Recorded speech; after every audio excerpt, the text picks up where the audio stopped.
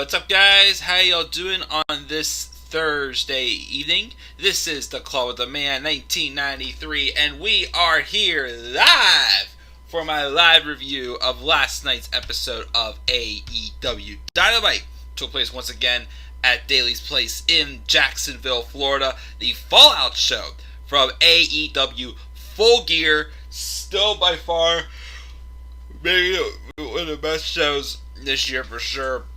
It was awesome from top to bottom, and of course we had a not too bad of a Fallout show as well. We had, of course, we had a vignette the previous week for a return, and then we had the actual return happen this week, a stellar main event, and a pretty good promo by the number one contender for the AEW World Champion that got me a treat. And some other stuff that wasn't too bad too along the way. So, yeah, let's just roll into it. Let's talk about the show. Give me your thoughts in the live chat, in the description box down below, or in the comment section. Only I can touch that description box and edit that, not you. But we'll talk about it and see what we got for this show. Of course, I didn't get to watch NXT tonight. I'll probably, try to catch some of it before I fall asleep tonight, if I don't fall asleep already. But we got that, and then I'll review NXT tomorrow night and maybe SmackDown as well. If you haven't done so already, make sure to check out my live reaction I did also the other night for Walter and Ilya Dragunov. And of course, I am going to try at some point in the next few days to do an NXT UK batch review series, talk about what's been going on with the UK since they returned to action as well. Of course, again, just more content to come. And of course, make sure to also check out my Survivor Series card predictions. Yes, I know there's only about 40 views on it. It's not going to get many views as most of my cards aren't done with good views this year, but who knows. But anyways, enough about WWE. Let's talk about AEW Dynamite. Again, this is the Fallout edition from Full Gear, as we are now on our way to Revolution. Of course, we do have an AEW World Title match period coming up on December 2nd, 2020. The first Dynamite of December, the last month of this dreadful 2020. There's still some good positives to look at from the other side of it. Anyways, so, live chat. We got JR. What's up, JR? Finally, the Bastard Pack made his return back to AEW, and he's finally that he is back. Me too, man. And, of course, I look forward to definitely seeing what Pac can do, that he is back for sure. Of course, we're going to have his first feud set up with, so we'll roll with it and see where we go from there. So, we open up the show with Team Taz. Team Taz says Brian Cage and Ricky Starks come out. Taz says we're here to see the FTW World Champion Brian Cage. He then points out that Darby Allin is hanging out in the bleachers watching with his new TNT Championship. Team Taz will kick his ass and Cody Rhodes' ass, and Cage is about to wrestle a man who respects those who came to believe him, unlike Darby Allin. Brian Cage is wrestling Matt Sydal, of course, formerly Evan Bourne. And then, of course, we have the match with Brian Cage and Matt Sydal for the FTW Championship. Of course, also they referenced before the match how, that Sydal and Darby Allin have something in common here. They both have big victories over big stars, such as Darby Allin defeating Cody Rhodes this past Saturday at Full Gear. And they also mentioned that Matt Sydal defeated Chris Jericho, which that happened when Matt Sydal was Evan Bourne, and he beat him back at the WWE Fatal 4-Way pay-per-view back in 2012. Yeah, 2010, I'm sorry. Yeah, remember that how I always say how, I hate that they make, a match concept, a pay-per-view. Yeah, Fatal 4-Way was pretty shitty. It was. But Brian Cage and Matt Sydal had a pretty good match. Matt did not, of course, botch that shooting star press or whatever he did off of the ropes when he made his AEW debut back at All Out. But I think he had a pretty good match here with Brian Cage. Cage, though, gets the victory after hitting Sydal out of midair, hitting his finisher, the drill claw, to get the victory and to retain the FTW Championship. Afterwards, though, out comes Ricky Starks. Talks about Team Taz's next step um, which is the TNT Championship. Any step in their way, they're going to put you in the grave. So we're probably going to get maybe Brian Cage and Cody Rhodes down the line. Okay. Again, I'd love to see a rematch with Darby Allin and Ricky Starks in like a street fight of some sort, especially with now with the TNT Championship on the line. I'm like, sweet. And believe Starks and Cage, even though they haven't been really playing much by the ranking system anymore lately, I believe Starks and Cage both are the top 5, top 4, I think it is. So that's definitely a good sign to see them there as well. So we're gonna have those open up the show.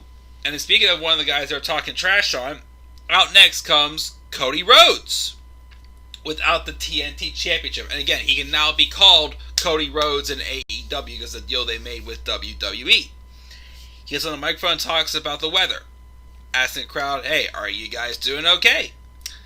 And then he then goes to congratulate Darby Allin on his win and says he's not going to seek a rematch yet because there's another loss on his record he wanted to be vindicated of, and that's with MJF. Which intrigued me, of course, as I've always said, though, the only problem is again, Cody Rhodes and MJF, I keep saying, should be a feud that they've kind of like, gone back and forth to, like, hey, we're still, there's still that story right here, but, it's not, shoot. It's not, it's not like, they've been, like, they veered away from it big time. It's like it should have been a story. It should have been like lurking with each other. I feel so. So now that he's mentioned, I'm like, okay, maybe we can finally get. Obviously, they're kind of gearing Cody towards getting back into the world title picture. Again, kind of like maybe like trying to break that silence of that rule that he's not allowed to challenge for the AEW world title since he lost to Chris Jericho at Full Gear last year. So playing something like that. Like I said, I wish they would have teased something more with Cody and MJF throughout the year. Again, they had a great match at Revolution, but they kind of like just dropped the feud dead. Now trying to revive it again. It's like they could have consistently done something more with it throughout the year. But anyways, as he's saying this, some random woman in red comes up from behind Cody, which I thought was, don't tell me someone's breaking into the stands, like from one of the fans. And Cody's like, "Can I help you?" And she takes the mic and says she don't know. She calls Rhodes out for lying to the audience and introduces herself as Jade Hargill. She's the total package, and she's been on the sidelines studying her competition. She's heard Cody call himself a giant killer. But what does Cody know about giants? There's nothing giant about him. She knows a real giant, though, and next time Cody feels like he needs to think out loud, he should keep that to himself. Cody Rhodes needs to watch his back because she's nothing to play with. Congratulations though on the name, but she guess he didn't have the balls to keep going by one name, and that is a giant. His name is Shaq. So I'm like Shaquille O'Neal, but he didn't come out, so I don't know what the heck that was about. But then Brandy Rhodes came out pretty much was saying, "Don't you dare, talk to my husband like that again." And then I guess this Jade girl, whatever her name was, slapped Brandy Rhodes in the butt. It was kind of random, but out comes Jerry Lynn, breaks it up. So I don't know what that was. It was weird. It was confusing. Again, I'm intrigued with the fact that Cody Rhodes called out MJF again. But like I said, I wish it would kind of continue with the story. Even though once again, as I'm saying, it could lead to some type of like a match where both MJF and Chris Jericho both get their rematch that they should have gotten. Again, Jericho, because he lost the AEW World Title back in February, he never got his rematch. And then of course MJF, who has a legitimate excuse to get another match. But as that's happening, Brian Cage comes out and tries to attack Cody Rhodes with Ricky Starks. Darby Allin came through the crowd, and he basically just helped out Cody from Team Taz. And then Will Hobbs joins the party kind of late. So I guess they're set up for some type of a match with there was a tag match for next week with Cody Rhodes and Darby Allin take on Team Taz. So could be something good, but we'll see how Will Hobbs plays into that. We have Jon Moxley being interviewed. He realized on Saturday he couldn't say the words "I quit," and he's grown to understand that his championship represents everybody that can't pay their bills, everyone that's this franchise, every kid that gets made fun of for loving pro wrestling, like me.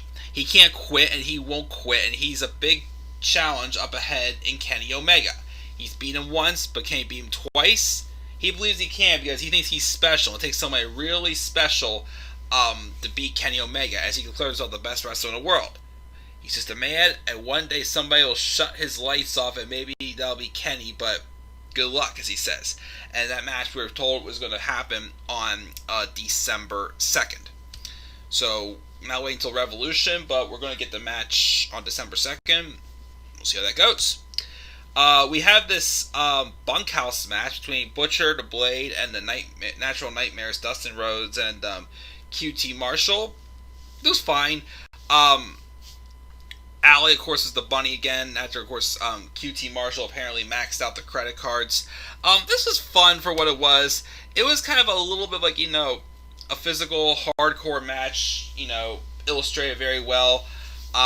It's kind of quick, though, and kind of short. So it felt like, they watered down this match on, live television, even though, once again, this probably could have been a little bit more longer when I get a little more out of it. But during the match, Dustin Rhodes, the Bulldog, off the catwalk and through the Pilotwood set dressing. An elbow drop on top of the ladder that keeps Pepper Parks down as well. There's a suplex powerbomb that hits but breaks QT with a trash can lid. Gentleman's spear. It looks like there was a point in the match also where QT Marshall got his revenge and knocked Pepper away and knocked him into the bunny, Allie, and she of course fell through the table, which leads into Natural Nightmares taking control of the bull rope shot from Rhodes, the Ace Crusher from QT Marshall onto Pepper Parks, and Natural Nightmares win this bunkhouse match. Fine by me. Matt Hardy gets a video package talking about his feud with Sammy Guevara.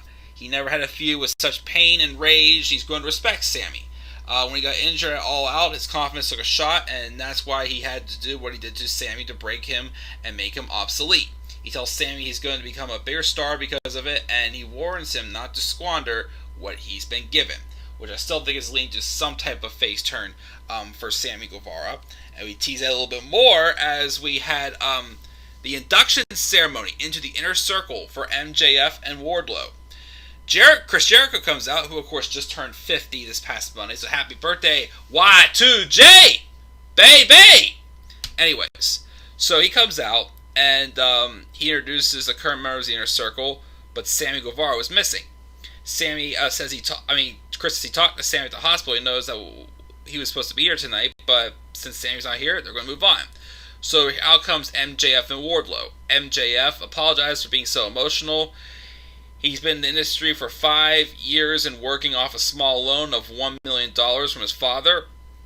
Talk about the pressure he's been under, the pressure that made him a diamond, and he's got a poem written to commemorate the occasion, which Ortiz objects to MJF joining, and Jericho says it's on him.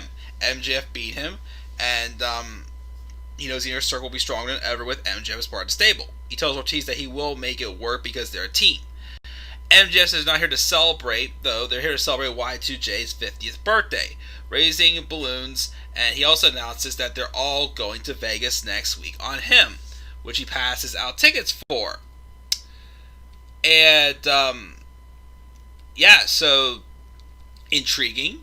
I mean, we already got a very good segment with Jericho and MJF having a steak dinner. Only God knows what's going to happen with them when they go to Vegas. Win big, maybe? Who knows? But again, I just wanted to play in this storyline again that MJF and Jericho are just deadly together. And I think they could definitely pull off that story for sure. That's why I wanted, of course, to see MJF and Chris Jericho both be in the inner circle. I don't know, again, what the plan is down the line for them, but I think it would be very intriguing to see these two work together for sure, as they would definitely both really complement each other and give each other, some good, work to do. So I love that segment. The Young Bucks are interviewed after the recap of their match at Full Gear. that's what's next. They went through hell to get the tag titles, and it's hard to see what's next, but the world wants to see a rematch. Matt Jackson brings up indie tag team Top Flight and says they want an opportunity. They have a match on Dynamite next week, so we'll see what happens with they face off. Sean Spears took on Scorpio Sky in a pretty good match when Sky was out and well. Sean Spears snuck in his black glove and his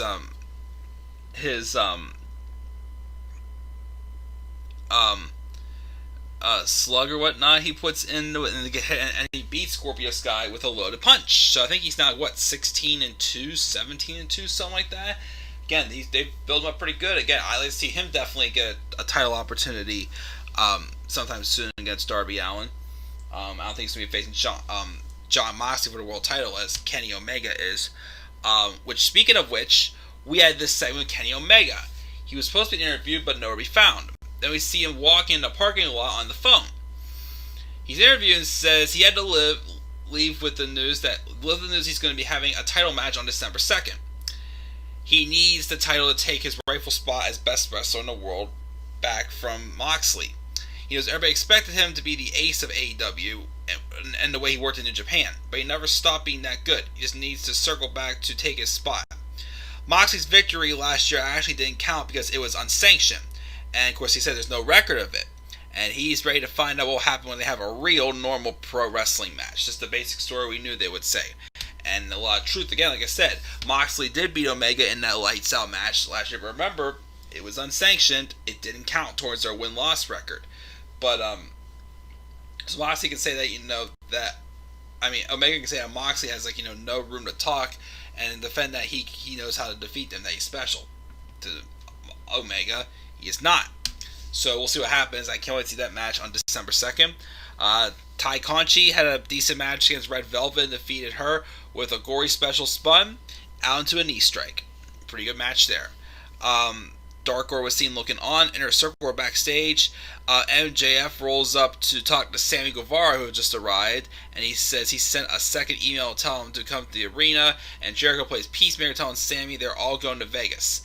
And then MJF gives Sammy his ticket, and says it's on him. He really did send the other email, but he comes short of an actual apology.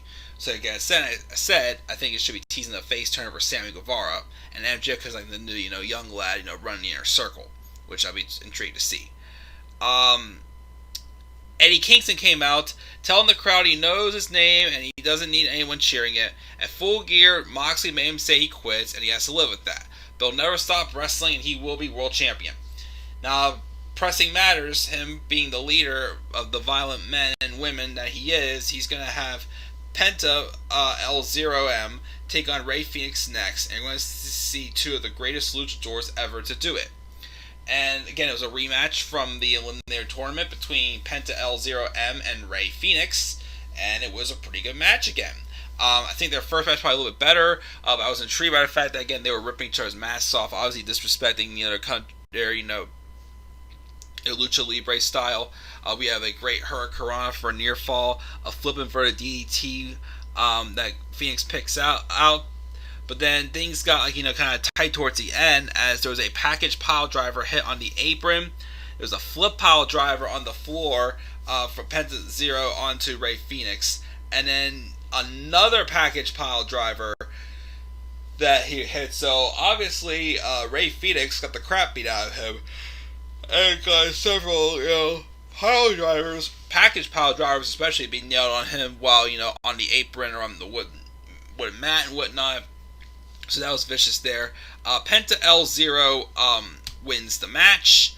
Afterwards, Eddie Kingston mocks This Is Awesome and Fight Forever and puts the Lucha Brothers over as two of the best in the world. His best friend Penta showed his brother who's boss, and Phoenix, and then Kingston kicked Phoenix out of the ring. So not sure that means that Lucha Brothers are no more. Who knows? He says he doesn't need to have that dead weight Phoenix around. But then Pac's music hit and Pac came back. He calls Eddie out, asking if he thought he'd be gone forever. He tells them the bastard's back. He's made a very big mistake, and we get this big brawl and advertise that next week. Pac will take on Pepper Parks, the Blade of the Butcher the Blade, next week in his return match. as they're breaking up and keeping Eddie Kingston and Pac apart. We'll see how that feud goes for sure. And that's how we got the Dynamite.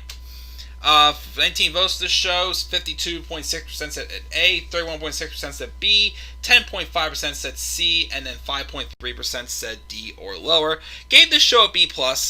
It was a very good, Fallout show. A couple little weird spots. Again, I still thought that segment with Cody and that woman was weird, especially they're advertised as Shaquille O'Neal. Maybe, who knows? But I'm intrigued to see if they do pick it back up with him and MJF. Really love by Kenny Omega. I thought that was a spot-on awesome promo that he cut with all this, this the truth right there. How, obviously they expected him to be the star of the show, but he's not, so now he's trying to take his rightful place back. All I need to tell.